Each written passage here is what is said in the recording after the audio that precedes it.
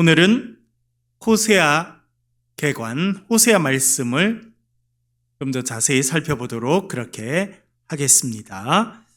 호세아란 이름의 뜻부터 살펴보겠습니다. 호세아, 구원 혹은 구원해 내시는 분, 그런 뜻입니다. 호세아 조금 더 살펴보겠습니다만, 호세아는 그 다음 페이지를 좀 넘겨주시고 호세아라는 이름 자체를 보겠습니다. 호세아라는 이름 자체는 구원하다라고 하는 의미의 히브리어 야샤에서 나왔습니다. 야샤에서 호세아가 나왔는데요. 호세아에서 여호수아로 이제 발전해 가게 됩니다. 그러니까 이름이 발전하고 변하는데 뜻은 사실은 비슷합니다. 호세아는 구원 혹은 구원하시는 분, 이런 의미를 갖고 있고요.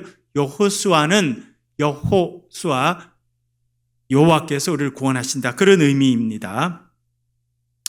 호세아라는 이름을 다시 조금만 더 설명을 드리면, 야샤라는 히브리어 단어가 구원하다, 그런 것인데, 이게 이제 문법적으로 누구에게 어떤 일을 시키는 그런 것이 있습니다. 문법적으로. 우리도 여러분 보세요. 내가 일을 할 수도 있고 누군가 일을 시킬 수도 있잖아요. 그렇죠? 예.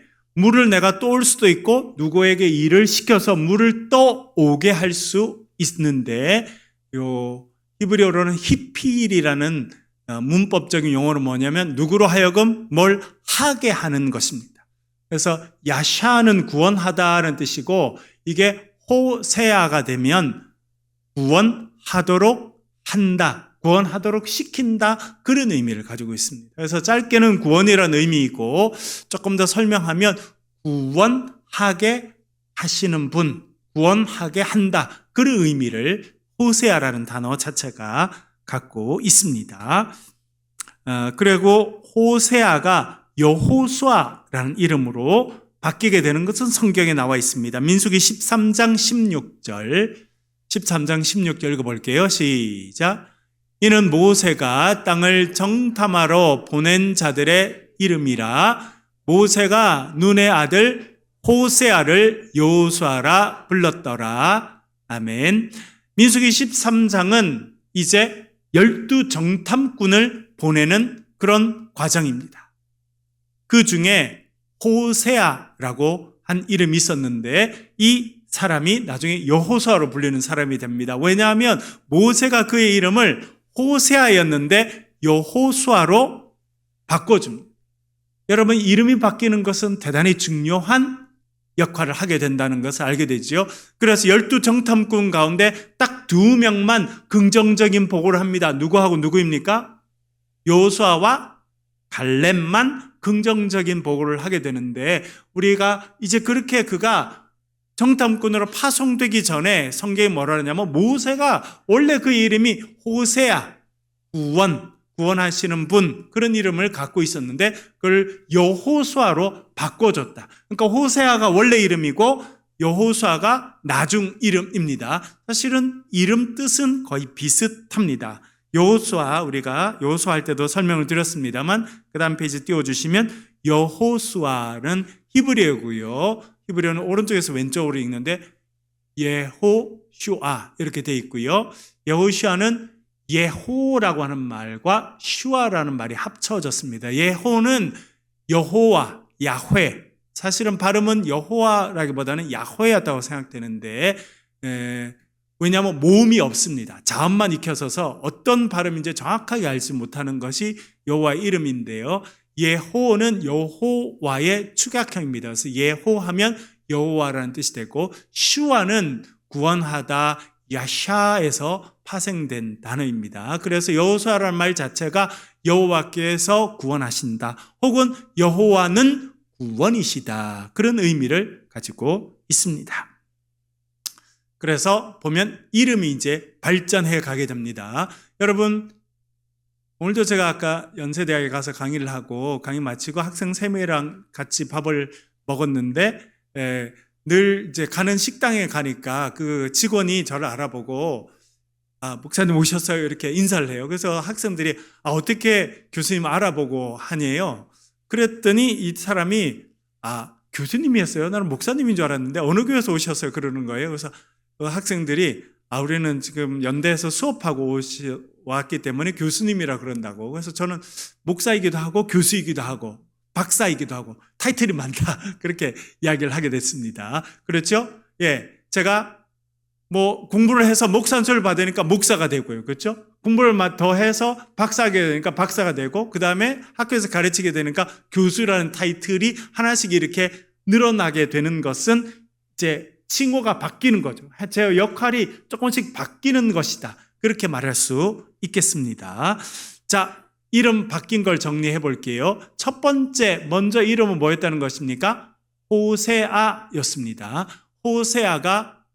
호세아는 구원이라는 뜻이고, 이것이 발전하기보다는 조금 더 의미가 더 분명해지는 건 여호수아.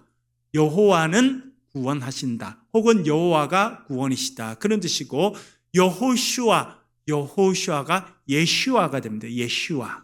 그렇죠? 줄이면 여호슈아가 예슈아가 되죠. 예슈아가 뭐가 됩니까? 예수가 됩니다. 그래서 예슈아라는 히브리어를 발음 나는 대로 적은 것이 신약 성경의 예수가 됩니다. 예수.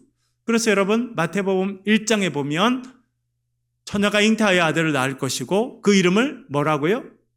임마누엘이라 하고, 또 그의 이름을 나중에는 뭐라 지으라고 합니까? 예수라 하라. 이는 저가 자기 백성을 그들의 죄에서 뭘 하실 분? 구원하실 분. 그러니까 예수라는 이름 자체가 여호수아랑 같은 거예요. 여호와가 구원하신다.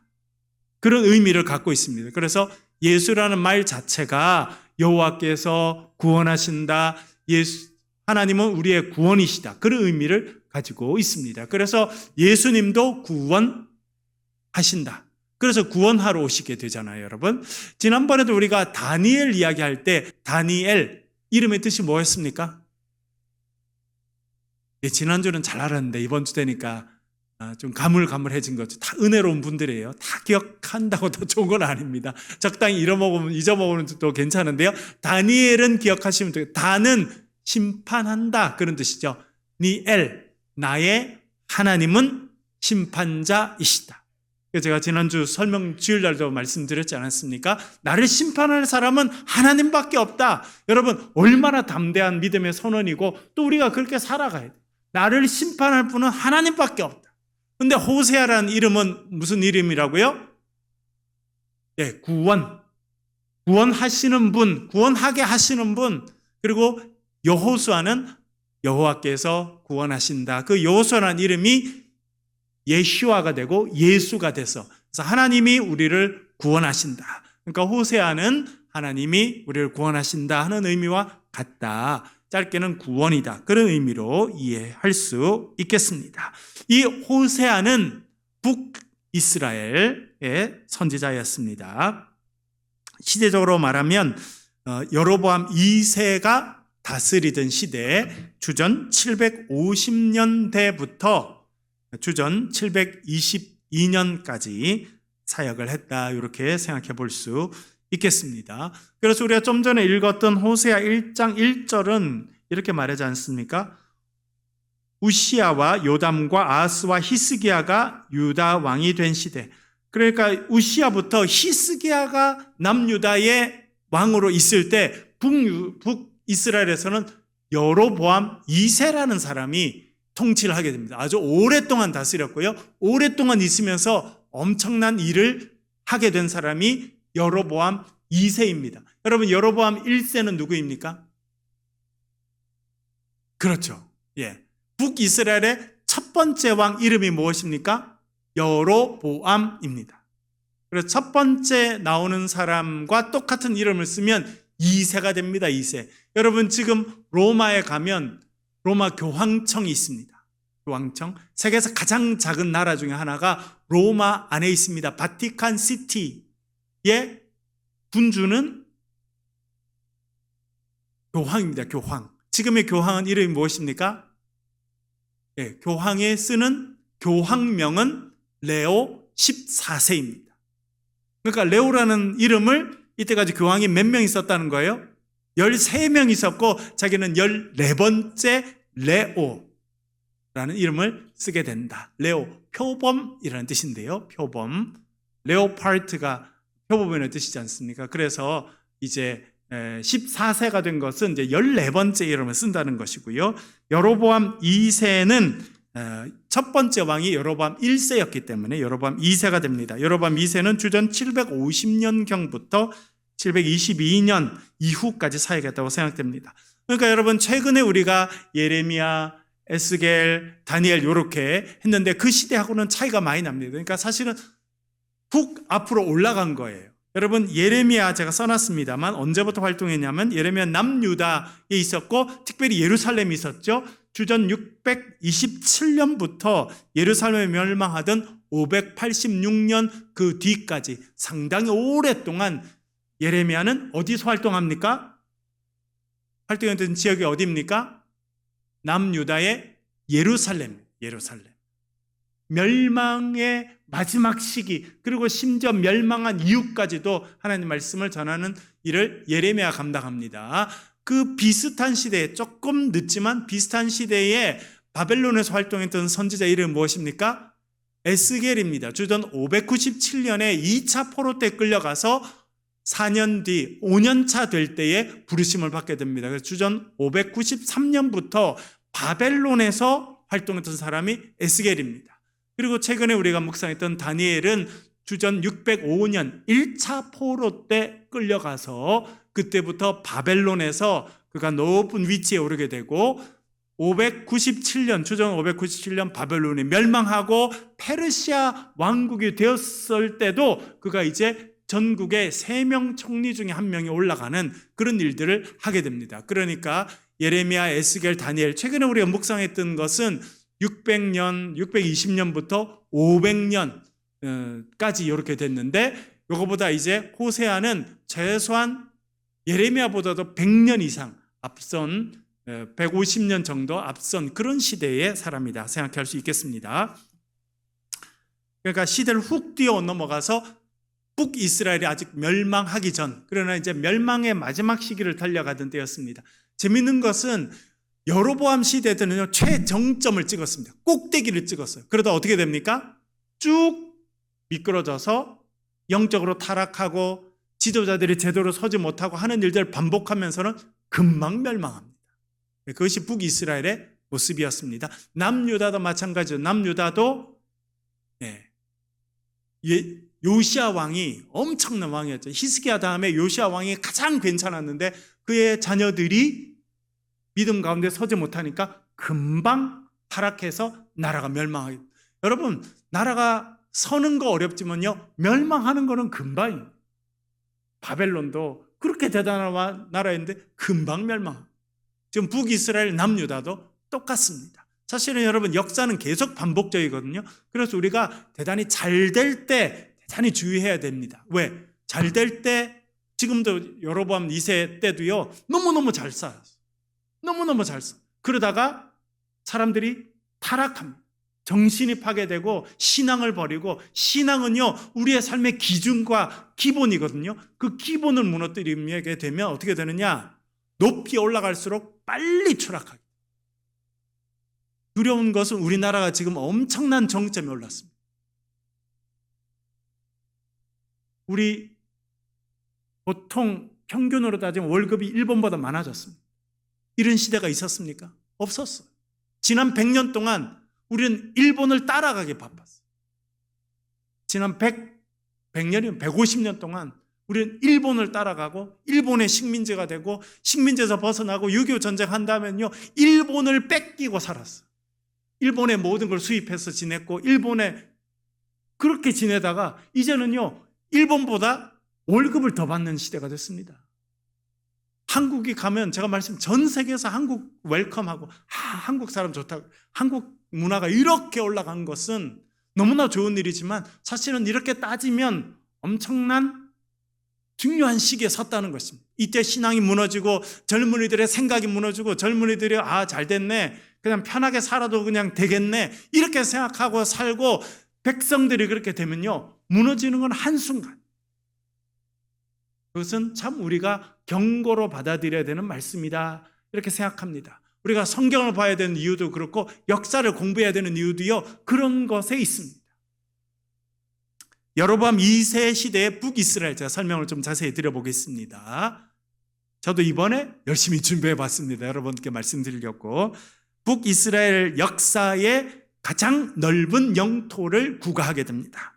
요단강 동편부터 갈릴리 북부까지 차지하는데요. 그림 보여드릴게요. 보세요, 여러분. 지금 사마리아가 있죠. 사마리아가 북이스라엘의 수도입니다. 근데 지금 바로 위에 파란 게 갈릴리입니다. 근데 지금 나라가 어디까지 확장되어 있습니까? 다메섹. 다메섹은 지금도 시리아의 수도지 않습니까? 그래서 지금 이 북이스라엘이 어디까지 올라갔냐면 저 북쪽 다메섹까지 팽창하게 됩니다. 그러니까 지금의 갈릴리 호수에서 북쪽으로 동쪽으로까지 엄청 뻗어나갑니다. 남쪽으로는 어디까지 오냐면 예루살렘 바로 위까지. 예루살렘은 남유다의 수도이니까 남유다 수도 바로 위까지 북이스라엘을 팽창하게 됩니다. 그러니까 북이스라엘 역사에서 가장 넓은 영토를 차지하는 때가 여로보암 2세 때였습니다. 여러분, 영토가 넓어지다는 건 힘이 세다는 뜻입니다. 그리고 상대적으로 주변의 나라들이 강력하지 못했을 때 일어나게 됩니다. 이집트도 힘이 별로 없고 지금 아수르도 그렇게 번성기를 누리지 못하는 그런 시대가 돼서 고만고만한 시대에 이 북이스라엘은 팽창하게 됩니다. 넘겨주시고, 그래서 어떻게 됐느냐? 국제무역을 하게 됩니다. 국제무역. 그러니까 이 여로보암 2세가 머리가 좋았어요. 군사적으로 힘이 세서 팽창하게 되지만 뭘 하게 되냐면, 여러분 이스라엘 땅 가면 농사해서는 못 먹고 삽니다. 땅이 척박해요. 여러분 우리나라 가면 여러분 저도 어제도 운전해서 이렇게 가니까 우리나라가 얼마나 좋은지. 그렇죠? 저는 여기 팔공산 가까이 사니까 어제 쉬는 날이라 바람 쐬러 올라갔는데 차들이 많은데 얼마나 파란지. 제가 아프리카에 가보니까요, 위에서 보니까 다 노래, 땅이 전체가 노래예요. 우리를 위에서 보면 파랗거든. 얼마나 축복인지 모르. 이스라엘 땅은요 파란 게 없습니다. 다 광야지대. 오아시스, 물이 흐르는 곳, 물이 나는 곳만 파랗지 나머지는 다 누런 지역인데 농사에서는 못 먹고 살아요.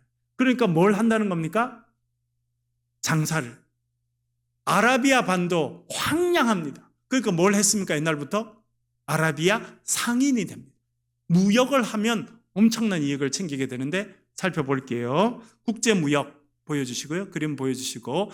자, 여러분 보십시오. 여기 지금 오른쪽에 보면 여러분 여기 봐도 금방 보이시죠? 누런 곳은 다 지금 광야, 황야가 많은데요. 그 북쪽은 벌써 파랗죠. 그렇죠? 그래서 벌써 땅이 위에서 보면 다 다르다는 걸 알 수 있습니다. 이렇게 가운데 지중해고 그 지중해 끝에 오른쪽에 있는 곳이 지금 이스라엘이지 않습니까? 그런데 지금 북이스라엘이 어떻게 무역을 했느냐면 이 정도로 무역을 했다는 거예요. 주전 750년경에. 왜? 바다가 껴 있으니까. 여러분 바다가 있는 것은 엄청난 일이거든요. 오른쪽으로 보면 오른쪽에 지금 아라비아 반도까지 지금 선이 뻗어져 있죠. 왼쪽으로는 이집트뿐만 아니라 지금의 스페인까지 무역을 했다고 생각해요. 그러니까 여러분 요나가 니느웨로 가려는데 어디로 갑니까? 다시스가 어디 있습니까? 요 선 제일 끝에 있는 지금의 스페인 지역이 다시스예요.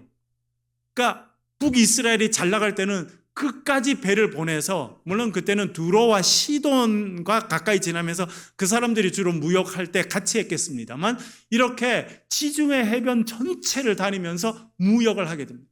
여러분 바닷길이 열리는 나라는 잘 사는 나라예요. 무조건 그렇습니다. 그때 이 북이스라엘이 잘 나갈 때 그렇게 무역을 했다는 것입니다. 넘겨주시고, 그러면 뭘 무역했느냐? 두로와 시돈, 북이스라엘 바로 위에 있는 두로와 시돈은요 아주 그 당시 최고의 항해수를 갖고 있던 나라가 두로와 시돈이었습니다. 그래서 두로와 시돈 지역엔 뭘 했다는 겁니까?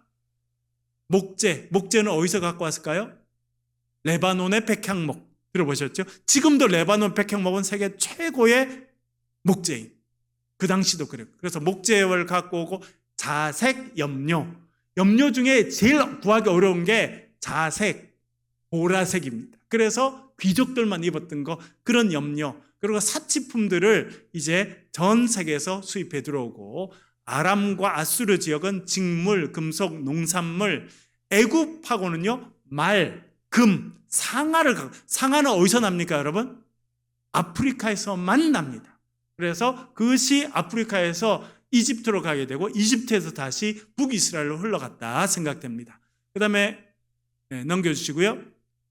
아라비아 상인들은요 어디까지 와서 유향, 모략, 향품은 주로 어디서 났을까요 여러분?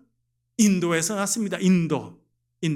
그래서 그것을 이 사람들이 수입해다가 갖고 갔고 북이스라엘이 그 가운데 중개무역을 했다는 것입니다. 옆에 있는 모압과 암몬은 염소를 많이 키우니까 양과 염소, 그리고 양과 염소의 털로 짠 모직물, 이런 것들을 주로 수출하고 수입하고 그렇게 했다고 생각이 듭니다.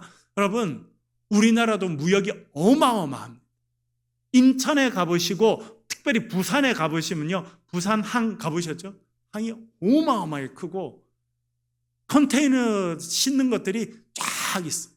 제가 LA 있을 때도 보니까 사람들이 어디서 물건을 실느냐면 부산 항에서 실어서 LA까지 바로 갑니다. 11일이면 갈 수 있습니다. 11일. 어마어마하게 큰 컨테이너 선들이 요즘에는 컨테이너를 10,000개 이상 싣고 갑니다. 선장님 하루 만났는데요. 지금은 거 할 거예요. 그때 10몇 년 전이었는데 그때도 그럼 배는 기름을 많이 먹을 거예요? 적게 먹을까요? 얼마나 쓸까요? 기름값으로? 하루에 1억 쓴답니다. 놀랬죠? 저 놀랐어요. 그러니까 지금 호르무즈 해협에 지금 몇 천대 막 가까이 이렇게 묶여있죠. 그러니까 이 사람들이 지금 선주들은 그게 또 있으려고 그러면 걔가 뭔가 계속 연료도 써야 되고 그러니까 얼마나 힘들겠습니까? 그런 어마어마한 무역을 했다는 것입니다. 그 결과 어떻게 살았느냐? 엄청난 부를 누리고 살았습니다. 아모스의 그 부분이 나옵니다. 아모스 3장 15절 읽어볼게요. 아모스 3장 15절 화면을 보여주시고요. 읽어볼게요. 시작. 겨울궁과 여름궁을 치리니 상하궁들이 파괴되며 큰 궁들이 무너지리라. 여호와의 말씀이니라. 겨울궁과 여름궁이 따로 있었습니다. 여러분, 우리도 좀 잘 살게 되면 별장을 하나씩 갖게 되잖아요. 더 잘 살면, 제가 미국에서 목회할 때 보니까 한국에 잘 사는 분들이 어디다가 별장을 했냐면 미국과 하와이에다가 하나씩 둡니다. 여러분들도 하나씩. 제 신방 가보니까 한국에서 사업을 하는데 별장이 하와이에도 있고 미국에도 있고 그러더라고요. 부럽다. 그랬는데 잘 살게 되면 여러 군데 두는데 이제 왕이 나라가 잘 사니까 겨울에 있는 곳, 여름에 있는 곳을 다 나눠서 했습니다. 왜? 옛날에 로마 황제들이 다 그렇게 했습니다. 여러분, 중국의 황제는 그렇게 했을까요? 안 했을까요? 다 그렇게 했습니다. 겨울궁, 여름궁. 그래서 겨울에는 남쪽에 와서 일을 보고 여름에는 북쪽에 가서 일을 보고 다 그렇게 했어요. 그러니까 지금 겨울궁, 여름궁이 있다는 것은 아주 잘 산다는 뜻입니다. 그런데 그 뒤에는 상하궁들이 있었다. 뭐 이것은 상하로 만든 것이 아니라 그 궁에 많은 것들은 예를 들어 테이블, 의자 뭐 이런 것들을 상하로만. 여러분, 거대한 코끼리를 한 마리 잡아야 상하가 겨우 2개 나옵니다. 그걸 또 실어 와야 되잖아요. 그 옛날에 물류 비용이 얼마나 더 들었겠습니까? 그런데 그거를 장식한 그런 궁전이 있었다. 얼마나 화려하게 살았는지 알게 됩니다. 그 다음에 6장 4절 읽어볼게요. 6장 4절. 아모스 6장 4절입니다. 같이 읽어보겠습니다. 6장 4절 시작. 상하상에 누우며 침상에서 기지개를 켜며 양떼에서 어린 양과 우리에서 송아지를 잡아서 먹고. 아멘. 상하상. 그러니까 지금 상인데 뭘로 만들었다는 겁니까? 100% 상하로 만들었는지 혹은 안 그러면 상하를 장식으로 집어넣은 상인지는 잘 모르겠습니다. 아마 왜냐하면 상하 자체가 그 당시도 너무너무 고가였거든요. 그런데 적어도 상하를 지금 아프리카에서 수입해가지고 그걸 가공해서 밥 먹는 상, 그리고 심지어 잘 사는 사람은 침대도 그걸로 이렇게 장식을 했다. 그렇게 돼 있다는 것입니다. 그리고 뭘 먹었다는 겁니까? 양떼에서 어린 양을, 우리에서는 송아지. 여러분, 황소, 나이가 많은 황소 고기가 맛있습니까? 송아지 고기가 맛있습니까? 저는 안 먹어봐서 잘 모르겠는데 뭐가 더 맛있겠습니까? 상식적으로?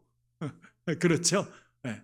그것만 골라서 먹을 만큼 화려하고 잘 살았다. 그러나 빈부차가 너무너무나 컸습니다. 이것은 이제 아모스가 이 부분을 이제 많이 고발하기 때문에 이렇게 나오는데, 그 당시 여로보암 2세 때 얼마나 잘 살았는지를 지금 단적으로 표현하는 것은 상하를 이렇게 쉽게 썼다는 것입니다.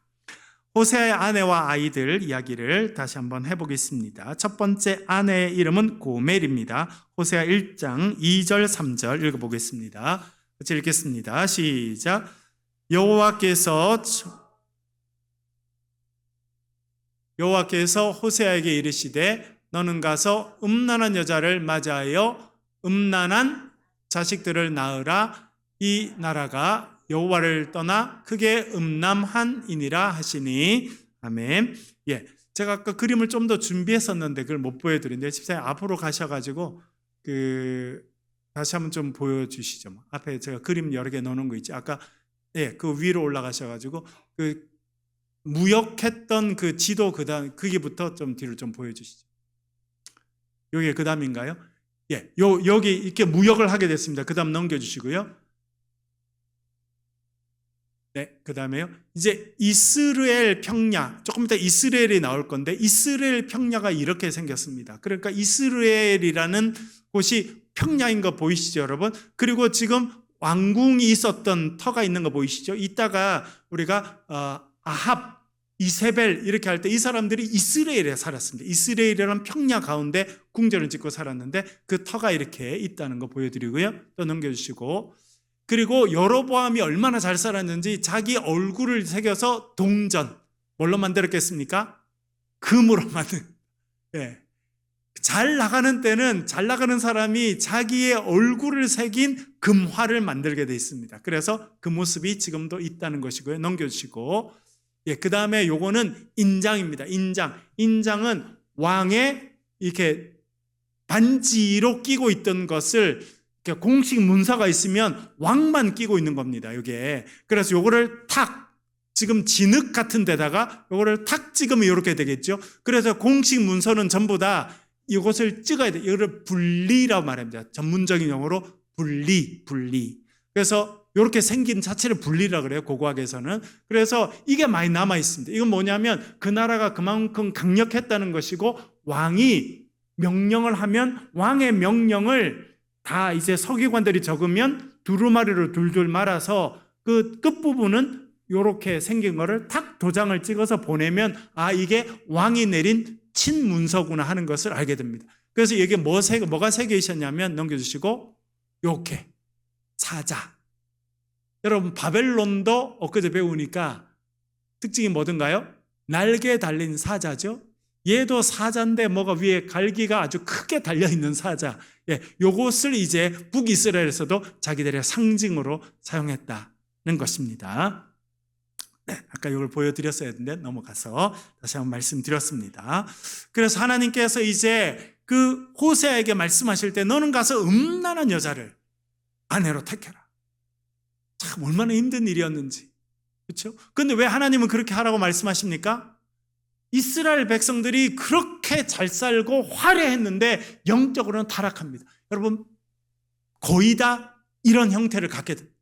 잘 살면 하나님 압니다. 잘 살면 음란해지고, 잘 살면 딴 걸 찾지 하나님을 잘 안 찾아. 우리나라도 60년대 가난할 때는 뭐 교회 와서 기도하고 70년대 기도하고 그랬는데 잘 살게 되니까 어떻게 돼요? 안 와.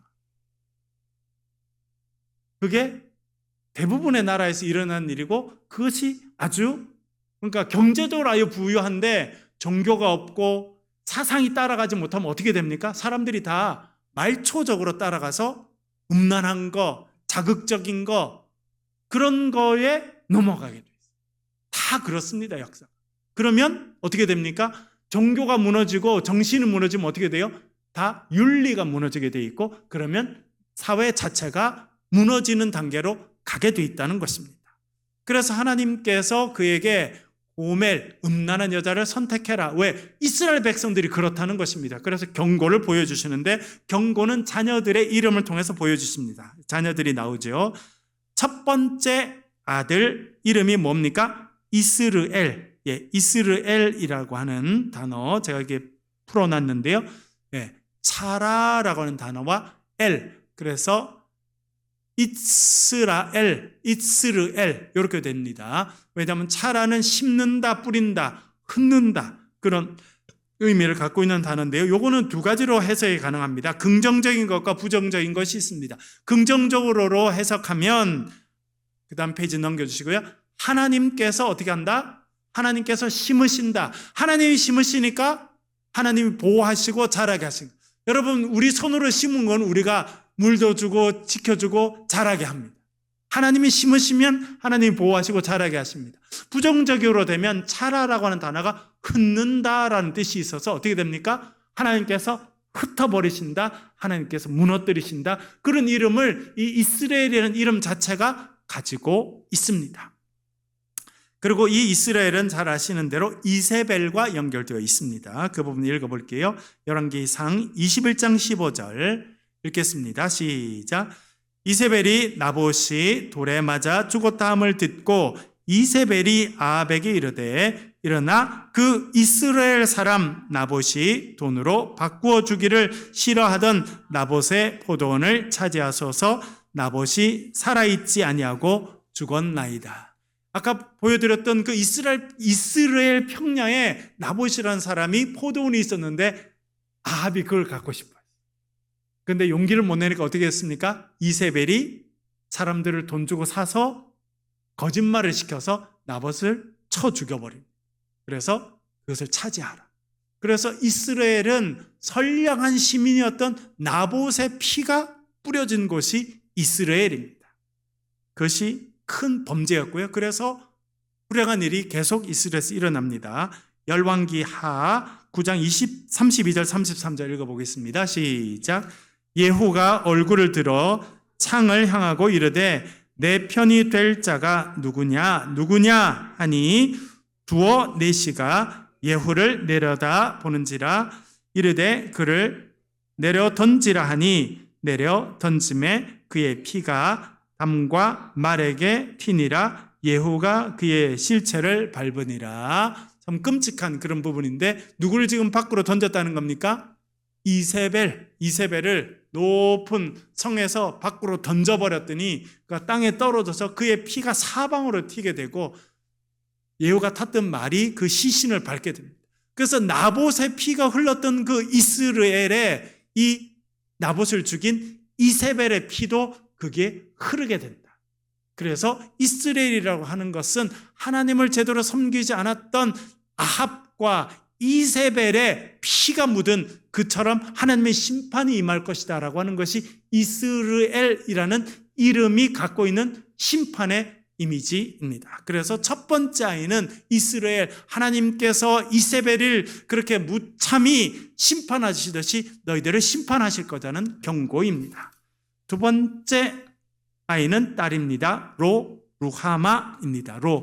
예, 히브리어로 로가 되면 아니다는 뜻입니다. 아니다. 루하마는 라함이라는 단어에서 나오는데 라함은 불쌍히이다, 긍휼히 여기다. 그래서 루하마가 되면 뭐가 됩니까? 불쌍히 여기지 않는다. 긍휼히 여기지 않는다. 하나님께서 경고합니다. 하나님께서 너희들을 더 이상 불쌍히 여기지 않고 긍휼히 여기지 않을 것이다. 메시지를 던지는 것입니다. 세 번째 아이가 태어났는데 아들입니다. 이번에는 뭐라고 이름을 짓습니까?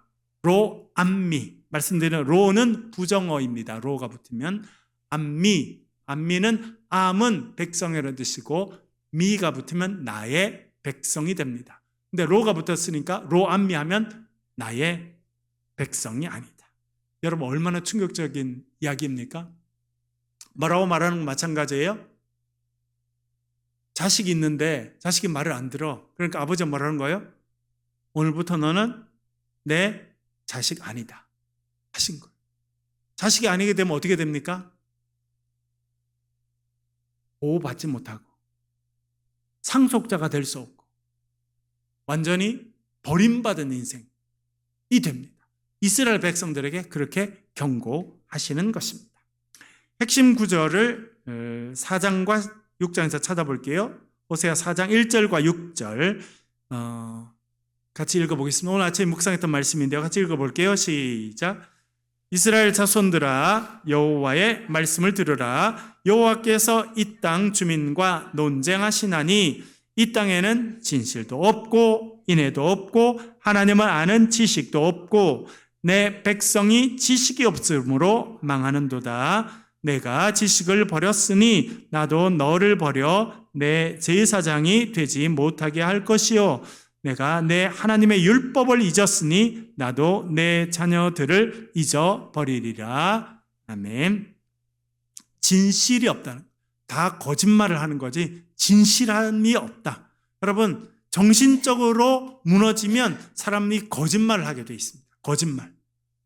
네, 인격이 바로 서있지 못하면 거짓말을 하게 돼 있어요. 그래서 이스라엘 시대는 진실이 없다. 멸망으로 갈 수밖에 없죠. 두 번째 뭐가 떠오는 겁니까? 인애. 인애는 히브리어로 헤세드인데요. 사랑과 긍휼이 여기는 마음이 없다는 것입니다. 그래서 하나님을 아는 지식이 없다. 내 백성이 지식이 없어. 여기 말하는 지식은 뭡니까? 하나님을 아는 지식. 그 단어가 딱 나와 있죠. 하나님을 아는 지식. 하나님을 아는 지식은요, 우리처럼 매일 말씀을 묵상해야 생기는 겁니다. 매일 기도하고 하나님과 교제가 있고 하나님과의 깊은 관계가 있어야 하나님을 아는 지식이 생겨나는데 하나님을 멀리하기 때문에 하나님 아는 지식이 없어집니다. 그래서 하나님을 섬기지 않습니다. 그랬더니 하나님 뭐라고 말씀하십니까? 너는 내 백성이 아니다. 그렇게 선언하시게 됩니다. 그래서 너희가 나의 율법을 잊어버렸으니 나도 너희 자녀들을 잊어버리고 돌보지 않을 것이다 선언하십니다. 그러나 심판으로 끝나지 않습니다. 호세아는 아주 애끓는 마음으로 이렇게 외칩니다. 6장 1절 3절 읽어보겠습니다. 호세아 6장 1절과 3절입니다. 같이 읽을게요. 시작. 오라 우리가 여호와께로 돌아가자. 여호와께서 우리를 찢으셨으나 도로 낫게 하실 것이요 우리를 치셨으나 싸매어 주실 것임이라. 그러므로 우리가 여호와를 알자. 힘써 여호와를 알자. 그의 나타나시면 새벽빛 같이 어김없나니 비와 같이 땅을 적시는 늦은 비와 같이 우리에게 임하시리라 하니라. 아멘. 뭐라 말합니까? 여호와께 돌아가자. 돌아가자는 겁니다. 돌아간다는 것은 히브리 말로 슈브입니다. 슈브. 그것은 유턴한다는 뜻이고요. 회개한다는 뜻입니다. 회개는 뭐냐? 내가 달려가던 내 인생의 방향을 턴해서 주님을 향해 달려가고 주님을 바라보고 주님 기쁘신 일을 하는 것이 회개이고 그것이 돌아가자라고 하는 것의 의미입니다. 그리고 뭐라 말합니까? 돌아가서 뭐 하자는 겁니까? 여호와를 알자. 힘써 여호와를 알자. 아까 내 백성이 뭐가 없다고 말했습니까? 하나님을 아는 지식이 없어서 망하니 이제 뭐 하자는 겁니까? 하나님을 아는 지식을 갖자. 하나님을 알게 되자. 하나님 말씀을 알고 하나님의 뜻을 아는 백성이 되자. 그렇게 해서 오늘 아침 말씀드린 것처럼 하나님을 아는 지식이 쌓이게 되면 뭐가 생깁니까?